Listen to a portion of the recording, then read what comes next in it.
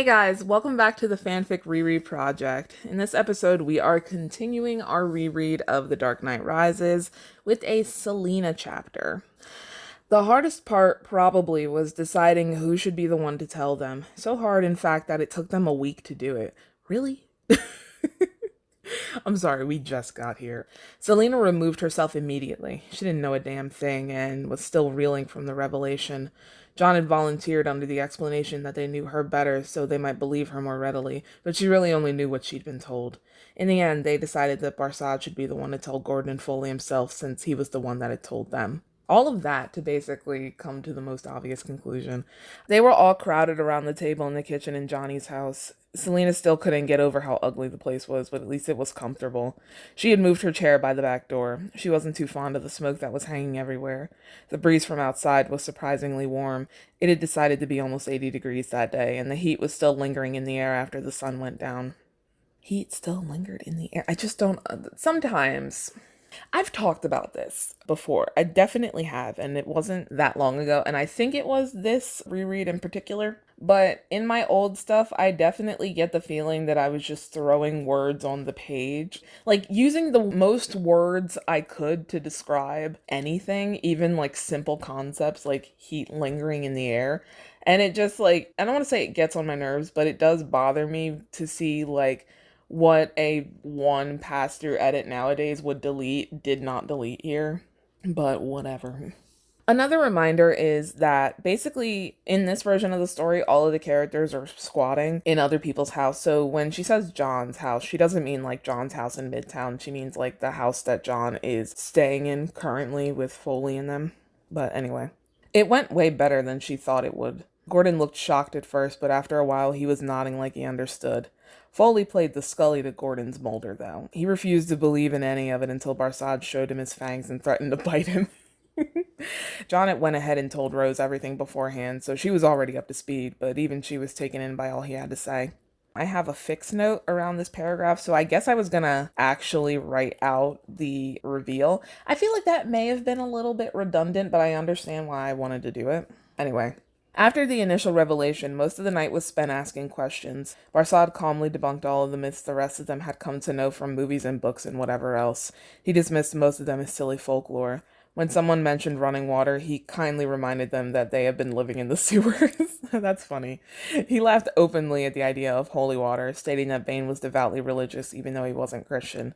It was strange to hear him talk about it like it was nothing at all. Then again, to him, it wasn't anything special. It was just life. I mentioned, I think... No, it wasn't last episode. It was during the special episode, so the episode before that, where Barsad very offhandedly mentions when they're saying grace in one of his chapters, he just bows his head respectfully, but he's not the same religion. And apparently Bane being religious is like a character trait that comes up multiple times. It was more prominent in the unedited versions of Barsad's earliest chapters, but I feel like it kind of went away. In general, I remember I had plans to sort of add in these fake religions into the story, but over time I decided to just edit that stuff out. There are still pieces of it even in the edited stuff, so like if you remember all the way back in Batman Begins, that scene where Bruce goes down into like the basement or whatever of the monastery and Ra's al Ghul is praying, and it mentions these twisting shapes on the wall that he can't quite see. Those were originally connected to one of the made-up religions. That actually comes up in one of the unedited Bruce chapters that we read last episode. But anyway, what do we do now? Foley said, throwing his hands in the air. I don't know, Gordon said. At least we know we're not going to get blown halfway to hell, John said. Oh, God. The dialogue tags. Foley took a drag on his cigarette. Yeah, but even if we can get to the rest of the boys, it's us and about 3,000 malnourished cops against Dracula and his army of the undead. How are we going to fight that? Oh, God. We're not undead, Barsad said quietly. That was a joke. He chuckled. You talk about them like you're still one of them. How did you get mixed up in all of that anyway? Gordon asked him. They do know that Barsad was his son, right? My mother died when I was very young. I caught the sickness that killed her. He found me wandering around the streets, half-starved, barely old enough to talk, and asked me if I wanted to go with him. I said yes. I still remember that. Wow. I would have died back then if it wasn't for him. The last sentence hung heavy in the momentary silence. I asked him to let me be part of the revolution. He didn't want me to. He said I was too young, but I had insisted. I probably should have listened to him. I was in over my head. She couldn't help but be stunned, she being Selena. She'd had a hard time believing Bane had the capacity to be a father, even after Barsad had told her as much. She couldn't help but believe he was a monster after what she'd experienced. The repetition, it's fine. I have to remind myself sometimes that I think this section of the story may have gone through one edit, and it was really just like a surface level edit, if that. I can't even confirm that for true. The room stayed quiet for a while. Foley was the one to break the silence. How old are you? Is 17. He's asking Barsad that. He squinted at him. How long have you been 17? Since my last birthday, at least, Barsad said with a laugh. Gordon gave him a look. Dave, no, it's fine. How old is he? Foley asked him. If Bane's gotta be pushing 1,000 by now. He's only 60. 60? Only? Jen said after. Gordon shot her a look. Okay. The lack of dialogue tags made that a little bit confusing, which is a shame because that is actually really funny. Again, I don't know why the back half of the story is just loaded with the comedy, but this chapter in particular is kind of good. Did you catch the Twilight reference in there? Like, oh my goodness. They spent the rest of the night asking him about everything else he knew about, and they really did go on for the rest of the night. By midnight, they had him talking about mermaids. What is it with stories that I wrote back in, like, these days and just offhandedly mentioning mermaids for funsies? Because Pirates of the Caribbean, Curse of the Black Pearl, has a mention of that, too. Even she moved back to the table for that. They didn't leave until 2 or 3 in the morning. She was dead tired when they got back to the house. The house was dark as hell when they walked through the door. She didn't feel like turning on any lights. It was too late. She nearly tripped over Sylvie as she ran to meet Barsad in the hallway. It was funny how much she liked him. He held her up so that he could look into her eyes. Ugh, God, I hate this part. Oh boy, let me just get through this. I gotta power through this. I gotta get through this. I gotta get through this. I think your cat is a Kneasel. What now? A Kneasel. They like magical people because they're magical cats. They're good at finding things, too. He put her back on the ground and she ran into the living room ahead of him. Good night, he said as he closed the door. Good at finding things, huh? She guessed that extended to their owners as well. So the reason why that's relevant is because back in the old version of the chapter where Selena went to that party and then talked to Bane, like I mentioned, her and Jen ended up getting chased out of their house by Bane's men. However, one of the notable things that happens is the fact that Sylvie just kind of leapt out of the window at one point and went down the fire escape, and they did not see her again for like, I think like a sexy month afterward. But then in the midst of all that, they ran downtown and hid in that house, and then Sylvie just showed up one day. So I guess that's why that's important, but also, So it's dumb of me to feel like secondhand embarrassment for this story mentioning shit from Harry Potter. However, I think the problem is because, and this is even worse now due to the fact that the first half of the story doesn't feel like this anymore, but it feels weird to have characters from Christopher Nolan's The Dark Knight trilogy talking about things from J.K. Rowling's The Harry Potter trilogy. Like, what? It feels so out of place that it makes me just, like, grab my head and go, oh God, stop, you know? Which is not very good because of the fact that this was supposed to take place in the same universe as Harry Potter, hence why this shit was even being mentioned. I'm sure at the time I was fine with it, but there are a lot of things in this story that just feel so, like, out of place that nowadays they make me just, like, groan. But back in the day, I'm assuming I was fine with them. Elsewise, I don't know why I would have written them. But anyway.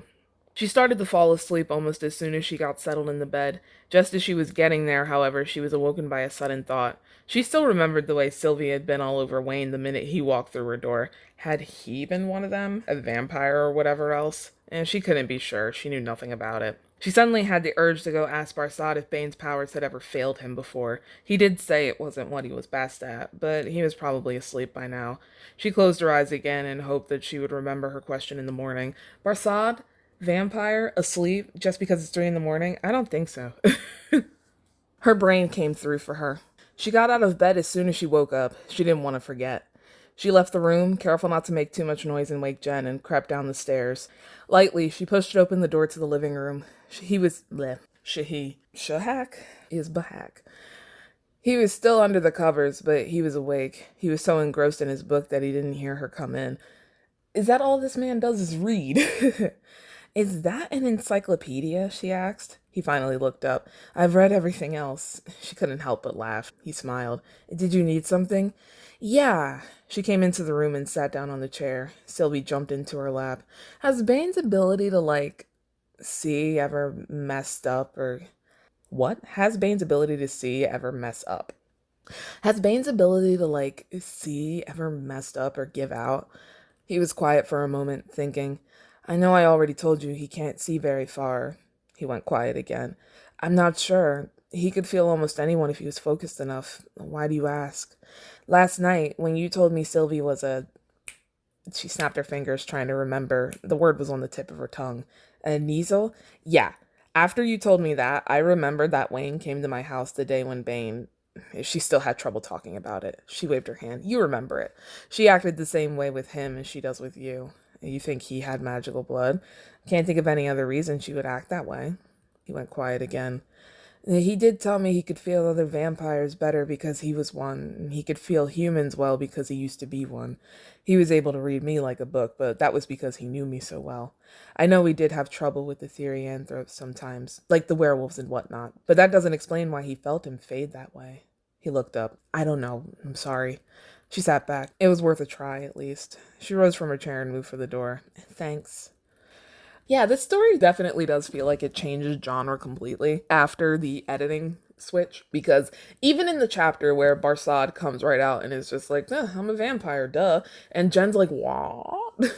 It's close to the tone of the other chapters. I think what it is that when we watch gritty, realistic shows about supernatural stuff, people very rarely just come right out and say the stuff is what it is. Like if you watch The Walking Dead, zombies are never called zombies, they're called walkers. Everyone has a different name for them.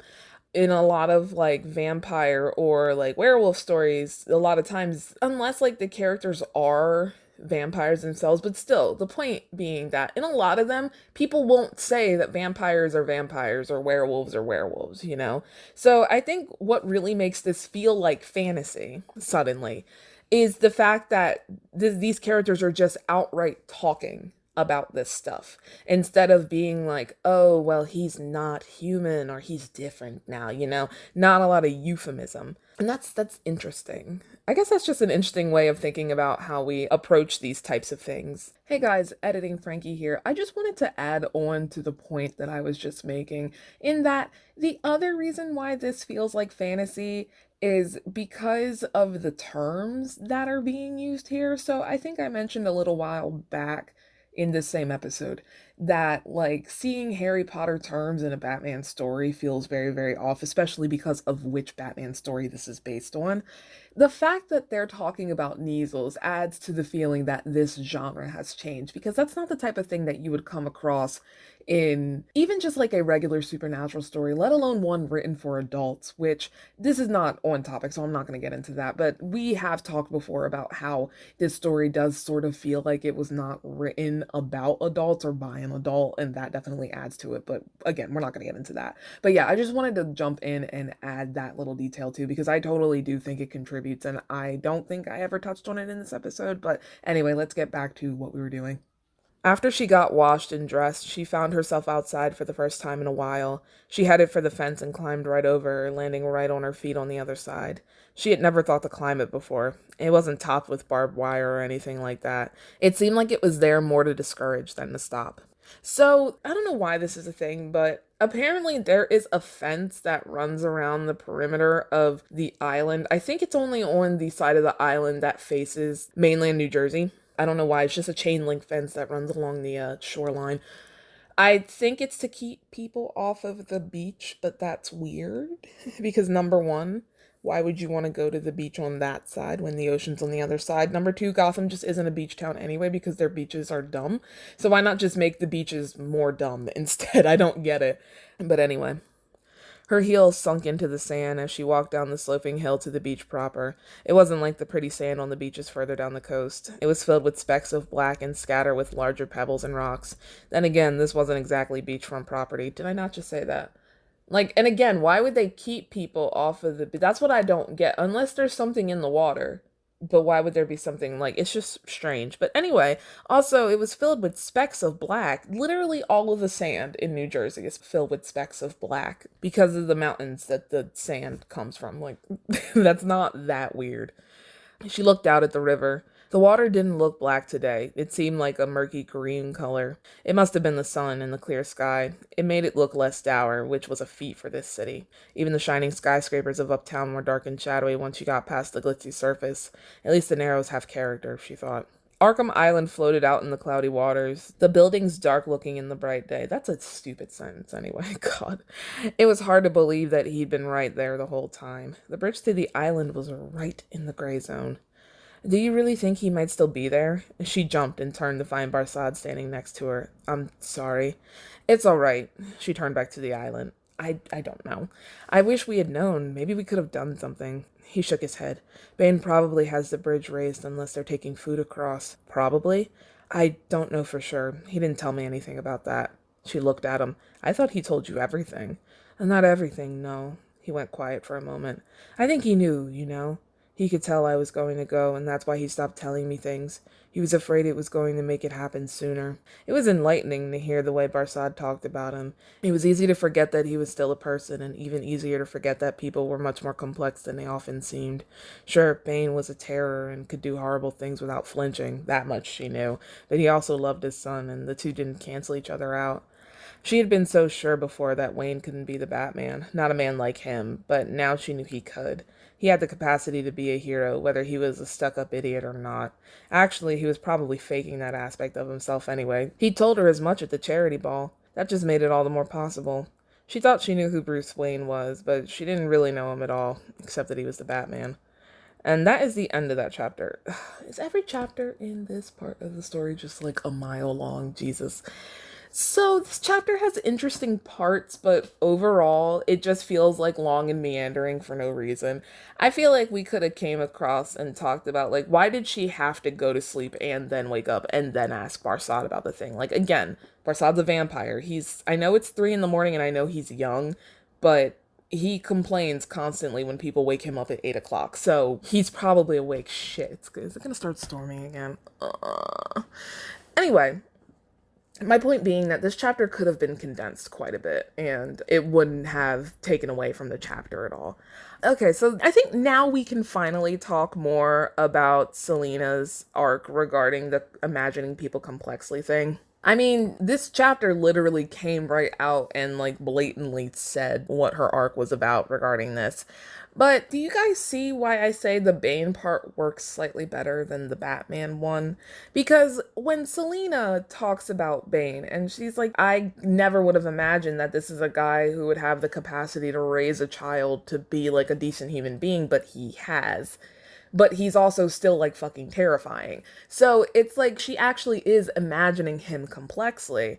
My issue with the way that she approaches the Bruce one, and then the implications of that kind of roll back onto the rest of rich people in Gotham, is this idea that despite the fact that she used to think that he was just like a rich jerk, she's realizing now that maybe he's not like that, which is fine. But where is the part where she holds up his flaws still while also realizing that he's done good things? Instead, it's just like, oh, well, he could be the Batman even if he is a rich idiot, and he's probably faking that.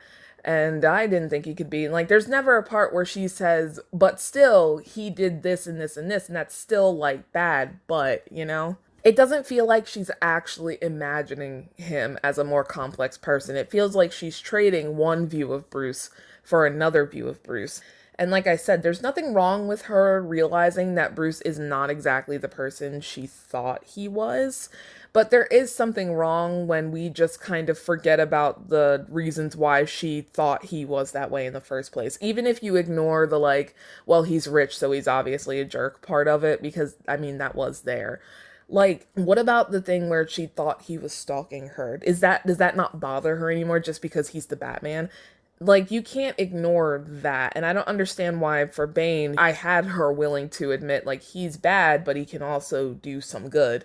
But with Bruce, it's not like he does some things that are really weird, and I don't think he should do them, but he's also helped a lot of people because he's the Batman. And then, like, with the rest of the rich people in Gotham, I kind of got into this and the fact that the way that Selina thinks about rich people is more of like a defense mechanism rather than any kind of indication of the character of the actual person she's talking about. So at the end of the day, Selina's whole, like, let's imagine the people that oppress me complexly thing really doesn't matter, because the reason that she simplifies them down is just because of the way that they treat her, you know? It's not an actual issue of stereotyping. So, like, while I understand what this arc was trying to do, and while I think it could work with Bane, because, like, if you really think about it, this arc isn't that different from, like, something you might see in a Star Wars movie when they're talking about he has darkness in him, but he also has good still in him. Like, it's the same thing. And that can work, but you have to come at it with so much more nuance, you know, and you can't erase the bad stuff in favor of just recognizing the good, you know. But it is what it is. So let's move on to another Bruce chapter. Oh boy. The quote-unquote wonders that the mansion produced never ceased to amaze. It seemed like the place was incapable of keeping its shape. It could turn into an absolute maze when it felt like it, and other times it greatly simplified itself. He went down the staircase to the second floor and found himself in the lobby. Sometimes the staircase to the basement refused to end, but when he would look back up to see how far down he'd gone, the door back to the ground floor was just 2 flights up, the way it was supposed to be. That's sexy. Also, that's inspired by something from Silent Hill. I, for the life of me, cannot remember which game that's from. I think it's the third one. The never-ending staircase, and then, like, I think Heather, like, goes down it, but then she turns around. There are multiple significant staircases. Off the top of my head, I can remember 3. So I'm not entirely sure which game it is, but I think it's Silent Hill 3. It seemed that he was still changing as well. He noticed that when he transformed, his fingers became longer. Before that, they didn't look all that much different than they did normally. His claws became longer too, and more slender. His eyes became tinged with a shade of bright chartreuse as they neared his pupils. His fangs became longer too, which had gone unnoticed by him until Pamela had pointed them out. He didn't know how he could have missed that, or why they hadn't impeded his speech, for that matter. I'm assuming his fangs not impeding his speech has something, or it's like along the same lines of why his claws he can climb without actually pressing them into anything. It's some kind of weird magic thing. But it is funny that the story lampshades that. But I like here how there's a direct comparison between the mansion getting weirder and weirder and then Bruce changing more and more. It surprises me also because back in the day, like when I first started doing these things, back when the fanfic live tweets were not even official fanfic live tweets yet, it took me forever to realize that the way the mansion was a metaphor for the way that Bruce was. And that a lot of the strange things that he kind of got into following, like, his transformation were metaphors for what he was going through. Looking at it now, it feels so obvious, and it surprises me that I did not realize that.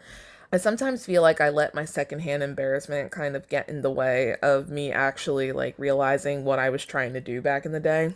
I think this is actually something that I mentioned during the second fanfic live tweet of this story in particular, that I tended to get so caught up in the feelings of like, oh my god, they're talking about magic, but they're Batman characters, that I completely missed the actual, like, sort of clever things that Past Me was trying to do, and then would just blow off the story as another example of Past Me being, like, not as good as I could have been, quote unquote, could have been.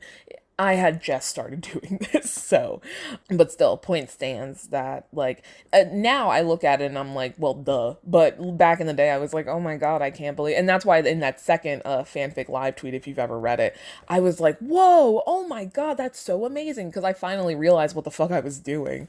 But anyway, he was starting to become more comfortable in his other form.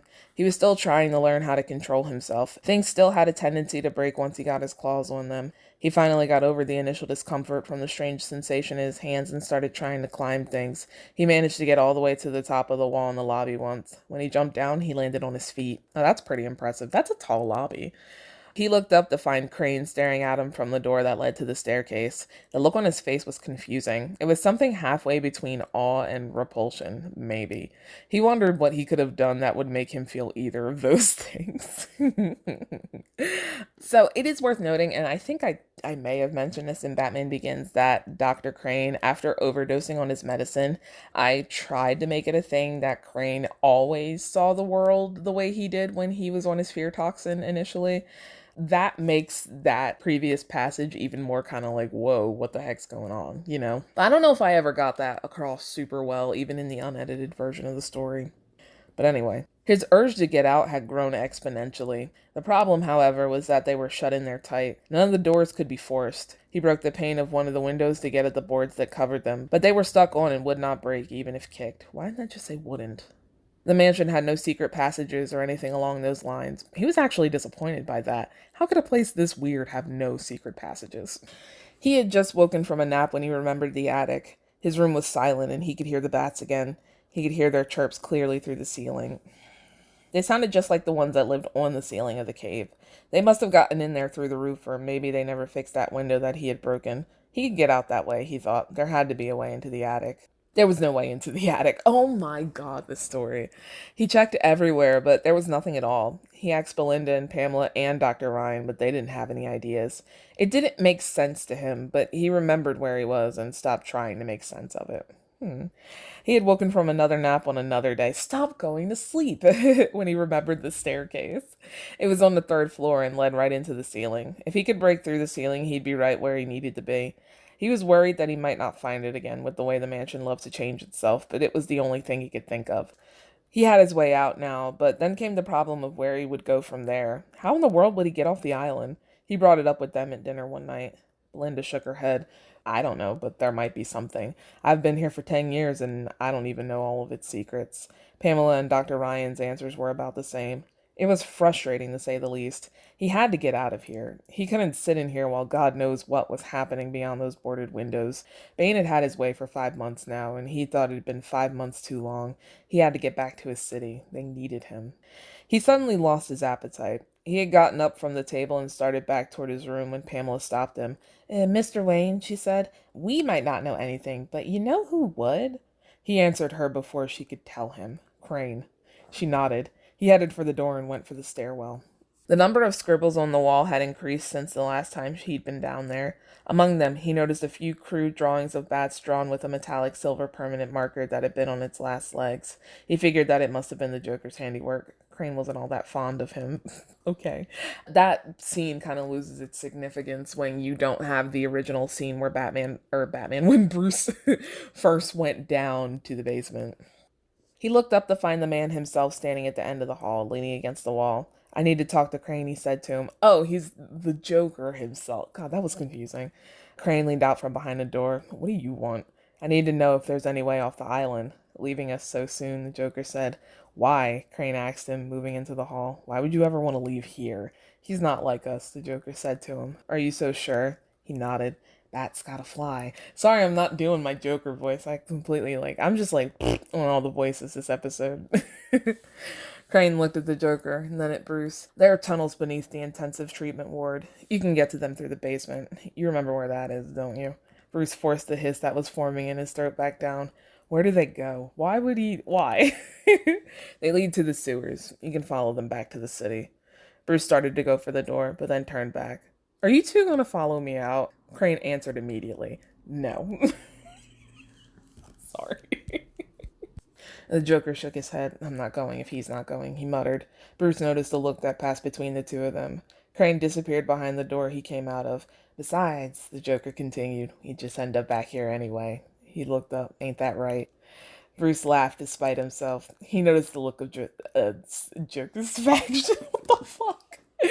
He noticed the look of satisfaction on the Joker's face. So that moment is inspired by, is it The Killing? No, it's not. I think it's from The Dark Knight Returns. But there's a Batman comic, in essence, that ends with the Joker telling a joke and he finally makes Batman laugh. So this was sort of like a low-key reference to that. He wanted to get some type of rest before he left, but he had a hard time of it. He would sleep for a few hours or so at a time. By the third time he woke up, he couldn't wait anymore. He got out of the bed, got dressed, and went to find the staircase. The hall was dark. Only a few lights had been left on. He moved past the stairwell, continuing to the hallway on the other side. He moved to the door he had found it behind before and hoped that it would still be there. He opened it. Darkness. He closed the door. Of course it would do this just when he needed it. Could it have gone somewhere else? Did that happen? He didn't know. Something hit him then. He turned back to the door and opened it again. The staircase was there. He didn't know why he hadn't thought of that immediately. Yeah, me neither. He climbed it all the way to the top and felt at the wood panels in the ceiling. It felt pretty solid. Could he break through it? Yeah, of course he could, he thought. He transformed right there. Oh, Jesus.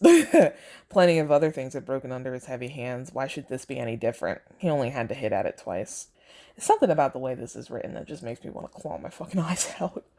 He heard someone call his name as he removed the broken boards to make way for himself. He looked down to find Pamela in the doorway. "I didn't know you were leaving so soon," she said. He nodded. "They need me out there." She nodded too. "I know. Good luck." He pulled himself up off the steps and into the attic space. The sloping ceiling wasn't as low as he had expected. Then again, he wondered maybe if it had made space for him. He had thought he would have startled the bats with all the noise he made, but they were already awake and moving. The air up there was cool and not even a bit stuffy. There was definitely a hole up there somewhere. He just had to find it. The bats paid him no mind as he moved through the space. The wood up there creaked with every movement he made. He searched the walls, but was coming up short. There was something. He knew there was. He looked at the other side of the space. There was a faint spot of light shining on the floor. He went in that direction immediately. It was right in the ceiling, a hole that came right through the roof, big enough for the bats. Not big enough for this bat, he thought. That's actually funny. He pulled at the boards and widened the space. He climbed out onto the roof. He just sat there for a moment, soaking it all in. He'd never been so happy to be outside while not in the suit before. He climbed up toward the very top. He could see the entire city across the river, from uptown to the Narrows, the pink sky turning golden orange above it as the sun made its way into the sky. Terrible, terrible, terrible. His breathing suddenly became heavy. He felt something build up deep inside his stomach, moving through him until it reached his throat. He threw back his head and let out a roar that echoed through the damp morning air. His heart thumped in his chest as he looked out over his city. He wouldn't be there soon enough. All right, so my basic assessment of this chapter is that it is way too long. Just like last chapter, it could have been cut down a lot. Like, I don't know what it was about me back then, but the way that, you know what this reminds me of? Do you guys remember the Rachel chapter where the Joker basically threw her out the window and then she fell into someone else's house at that party in The Dark Knight Rises, or The Dark Knight? This is what this feels like. This reminds me so much of that, because the way that it was written, it took like forever for Rachel to do every single little thing. And like there was a part in that chapter where that was deliberate, but even when Rachel fell into the house, she didn't just like get up, look around, and then find a way out. It spent like a paragraph for her getting up, a paragraph for her looking around, a paragraph for her finding the way out and getting out. It was like written in the longest way ever, because apparently Rachel had to stand and analyze every little thing and then comment on it. That's exactly how I feel about both of the last two chapters. It takes so long to tell you such simple things like he looked for the stairs a few times and he came up short. But like I was thinking to myself, like when he didn't know how to get out of the place, and it spent like 5 paragraphs talking about like how frustrating it was, and he asked these people and they didn't know, and then he went to sleep and he woke up, and like all of this stuff, when you literally could have shortened it down to, well, he was coming up short on ways to get out. He asked them, they didn't know anything, and then he was like, wait, Dr. Crane. So then he just goes to Dr. Crane without all of the meat in between, you know? It just feels like I was taking the longest way to say everything. And I said this before, but I still feel that way. And I cannot for the life of me figure out why. Like sometimes I think I was more worried about the word count than I was actually like trying to tell a like convincing story. Or maybe I just thought this was the way that stories were written. I don't know. It's very frustrating because it makes every chapter feel like 7 years long when you could easily have like a nice, snappy, like medium length chapter telling the same thing. But anyway, so let's move on to the next chapter, which I think is going to be the last chapter because every chapter in this section seems to be very, very long. And this is actually another Bruce chapter. I think this is the first time where I've had repeating character chapters that aren't split by a deleted chapter from Bart. Actually, no, that's the second time because there was another set of repeating Bruce chapters that was like that. He had no trouble getting down from the roof. Climbing became a breeze for him, like he'd been doing it all his life. The island was an absolute mess. Whole trees had been uprooted, and most of the panes of glass in the greenhouses had been blown out. Many of the other buildings were missing windows. It looked like a wasteland. It's very strange that, like, Arkham Island clearly was, like, wrecked by the storm, but the rest of Gotham was, like, not untouched. But the only big symptom was that the power was out. It's kind of weird. Maybe there was more effects in this version of the story or something, but I don't remember that. He moved through the debris as wood and glass crunched under his feet. He remembered exactly which building was intensive treatment. The sliding glass doors were closed tight. He tried to force them to the side, but to no avail. He tried to push by the glass instead of the frame. It broke under the pressure from his shoulder. Once again, he didn't know why he hadn't thought of that immediately. Yeah, me either. How much funnier would it have been if Bruce had tried to open the door and then he just, like, punched it instead?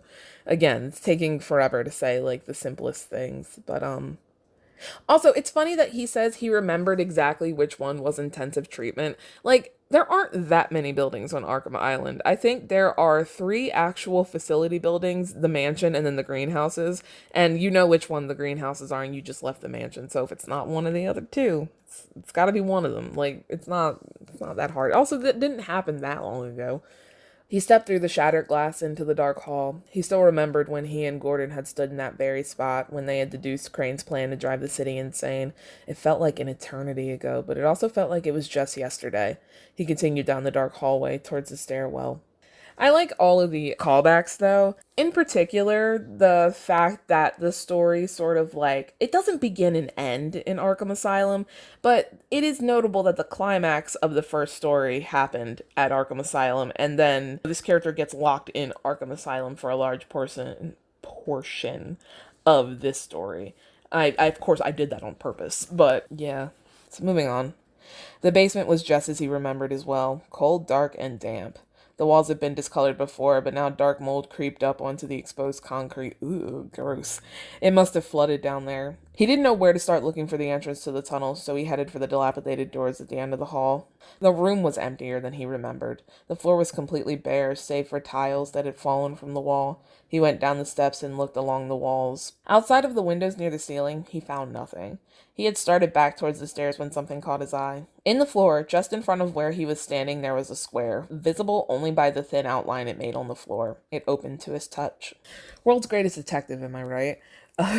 Jesus Christ. He looked down the ladder to what lay beneath. He was actually taken aback by its appearance. It wouldn't have looked out of place in the mansion. It had the same dim lights and even the old-style wallpaper. The only difference was the floors, which were concrete instead of carpet. He shook off the shock and started forward. He didn't bother wondering why it looked this way or why it was even here. He'd stopped questioning the mansion a while ago.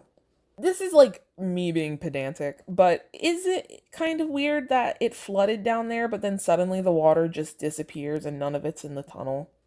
Is that weird? Like, when things flood, do they just unflood eventually? I guess. Like, I don't know how rain works. He thought about what he would do when he got back. He didn't know if Bane's men were still in the sewers, but they could be avoided. The sewer system was expansive, and he could be silent as a ghost as long as there was nothing he could break. Once he was out of there, he could get to the bunker he used when he was living in the penthouse. He still had a suit there. He had to find Fox as well. He wanted an explanation. He stopped. The tunnel continued on in front of him for a while, the wallpaper eventually fading into concrete.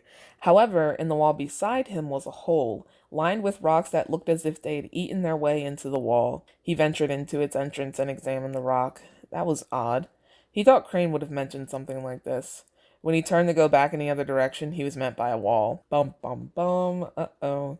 His first instinct was to turn away from the wall and then turn back.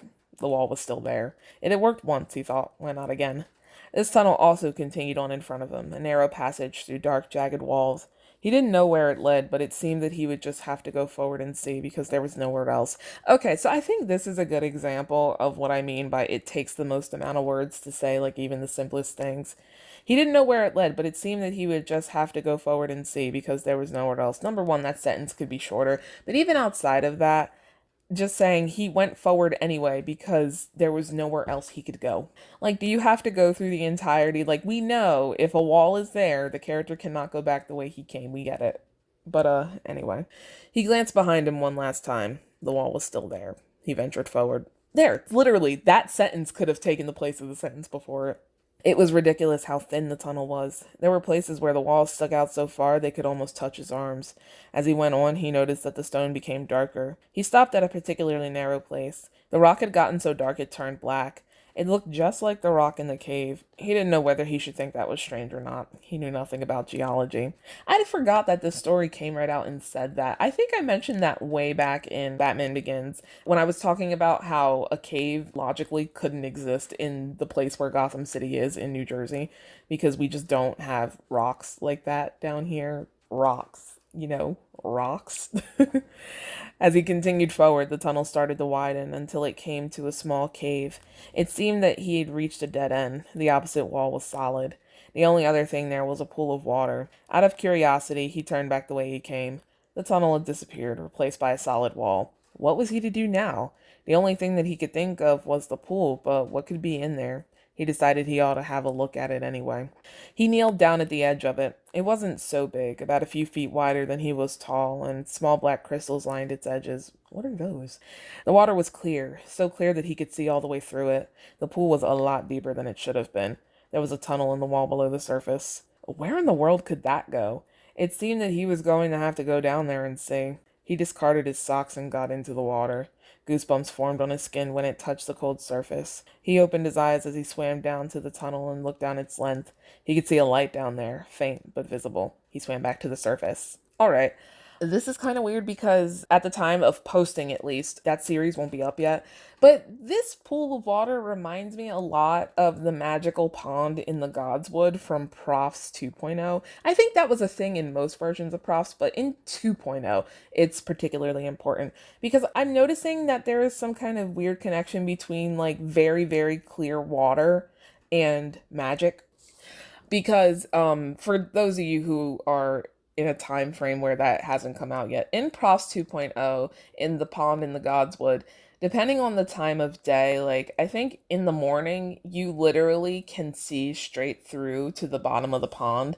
And it's important because there's like this magical artifact that is constantly like found in the pond or thrown in the pond. And the fact that the characters can see its light shining all the way from the bottom is kind of significant, especially because it's specifically mentioned that the heart tree in their Godswood, the sap of it stains the ground, but the waters of that pond aren't red. So it's like a big thing. And then here we have this tunnel that Bruce can look down and see all the way through. And it's got crystals. It's like, it's weird. I don't know why that exists. And I don't know if these two things inspired each other because I did write Profs 2.0 in this story roughly around the same time. So I wouldn't be surprised. But it's just a strange connection that I'm noticing. So he wondered if he would be able to swim the whole thing. His breath had barely given it.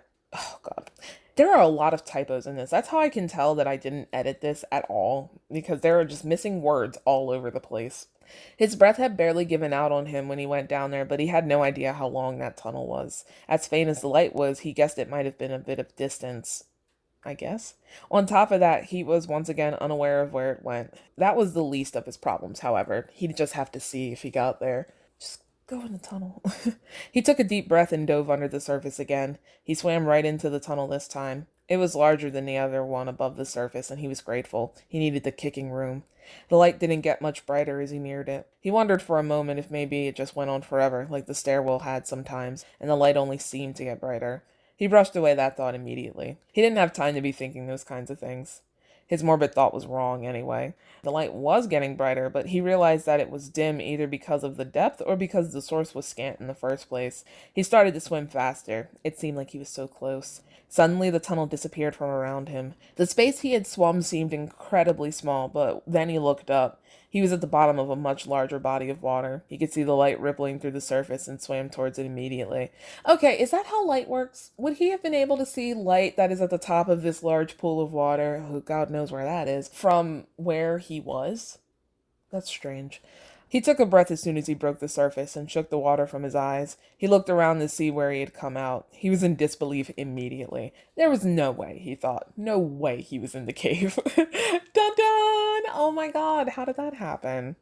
He swam to the edge and pulled himself out. The questions raced through his mind, and he couldn't think of any answers. The length he had traveled was not proportionate to the distance from his house to the asylum, or the river, and neither was the depth of the pool in comparison to the depth of the basin. On top of that, how did the cave reach all the way to the tunnels anyway? And what was with the walls that kept him from backtracking? It made no sense at all, but here he was, not even 10 feet behind the place he'd been the last time he was here. He couldn't figure it out, but at least he was home now.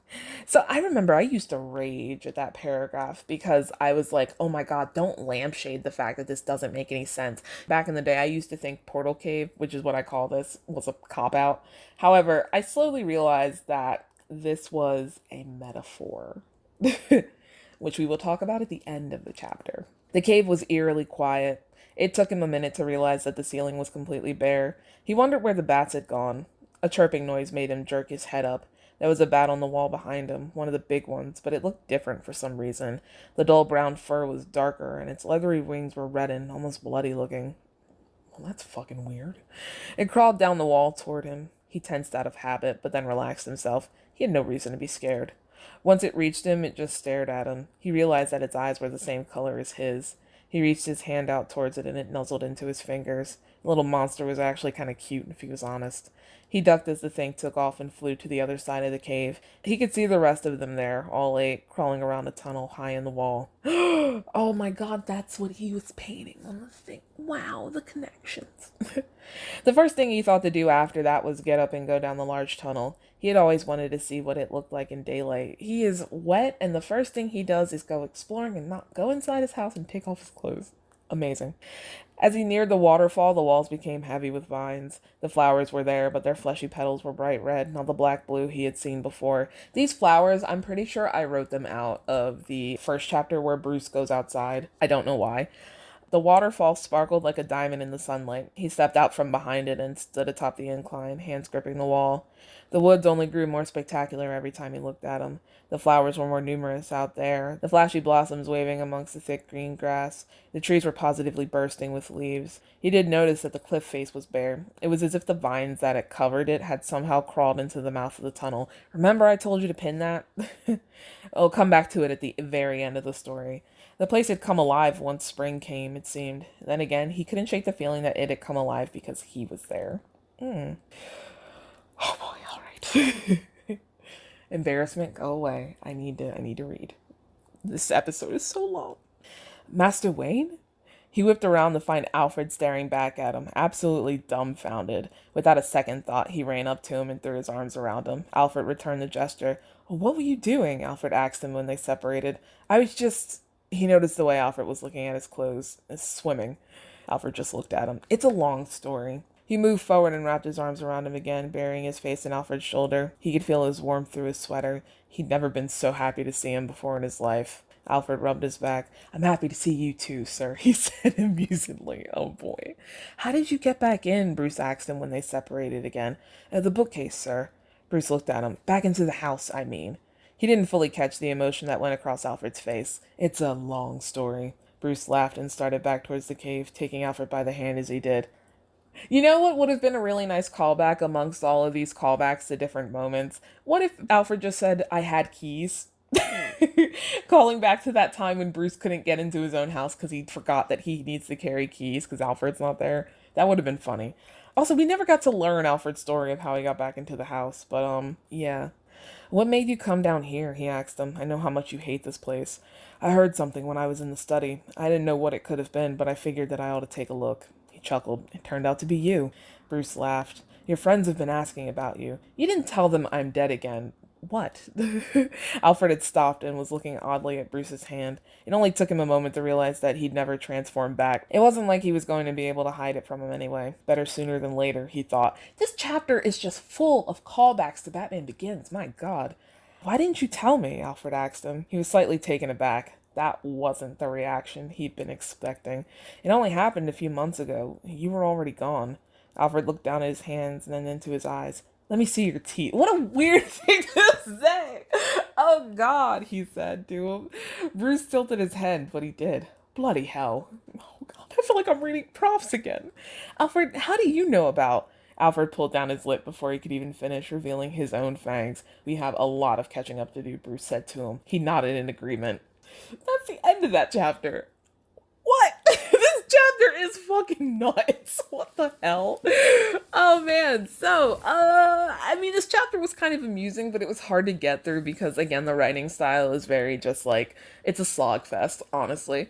But, again, the events, the actual literal events of this chapter are fucking bonkers. Like, it's so weird to think that this chapter, like, starts with Bruce being like, okay, I'm gonna follow a weird tunnel out of the mansion. And it's weird enough that the tunnel has, like, the wallpaper from inside the mansion, but at this point, that's the kind of unsettling thing that you're used to. The cave shows up, and then this just goes completely off the fucking rails. That said, here's the thing. Unlike past me, I am living in the future, and I know that all of this stuff is in here for a reason. I can appreciate that, but that does not change the fact that this is fucking nuts. Like, literally, like, the reason why he crawls into that tunnel and then the tunnel closes is because it's supposed to be the cave, quote unquote, reaching out to him because he's magic now. So it's like, and the cave was magic, which I said was a weird thing. I noted the fact that the cave existing was weird all the way back in Batman Begins. So that's not that off. Okay, sure, it's a little weird, but fine. But then... so he comes out and he's in the cave suddenly, and it's like, great, okay, that's weird, but we can look past it. He goes outside, looks at the thing. We get the metaphor about the forest outside of the Batcave sort of like mirroring his transformation. That's totally fine. I thought that was actually kind of clever. And then the Alfred reveal happens, and it's just like, what? Why? So do you remember all those times I mentioned that Alfred looks like he's not a day over 60? That's why. Alfred's a fucking vampire. It's not just like Alfred don't crack. I don't know why that's in the story though. That's what I can't figure out. Like why? And I understand that this, again, I think it is sort of like Bruce is realizing that there's so much more to the world than he thought there was. And it's all about the revelations and things are different now. But why can't Alfred just be Alfred? I mean, in like a year, or no, later this year, his best friend's gonna turn into another costume superhero. Isn't that weird enough? Like, aliens are gonna invade the world after the events of this story end. But rather than that, or you know what? Actually, no, that stuff happens the next year. But like next year, his best friend's gonna become Iron Man. The Avengers is gonna happen. Thor's gonna happen. And like, why? I don't understand why we also had to have Alfred be a vampire too. It's just like, again, this chapter is fucking bonkers, but it's not that bad, I guess. It has the same exact problems as the other chapters that we read. It's no different. But the actual events, at least this means something. It's not like, do you remember some of those old Selena chapters that were like the edited version? So they were written kind of okay, but I could tell that they were just like very clearly vehicles to get Selena to think about certain things. This is like the opposite of that. I know that there's a reason why all of this stuff is happening, but it still feels fucking wild and the writing's not that good. So yeah, that's basically the assessment that I have about this entire thing. All of these chapters are too long. The writing style is very plotting and just like overdrawn. But depending on what chapter you're talking about, I understand why the things that happen in them, even though I wish they'd happen differently. So next chapter, I think, opens on another Selena chapter. Yes. Yeah. Okay, so I will see you for that, because God, the story is... If you like this video, like it on the YouTubes, and then subscribe to the channel and watch other videos, then you too can experience this story's slow descent in the fucking madness. And I will see you next episode. Bye!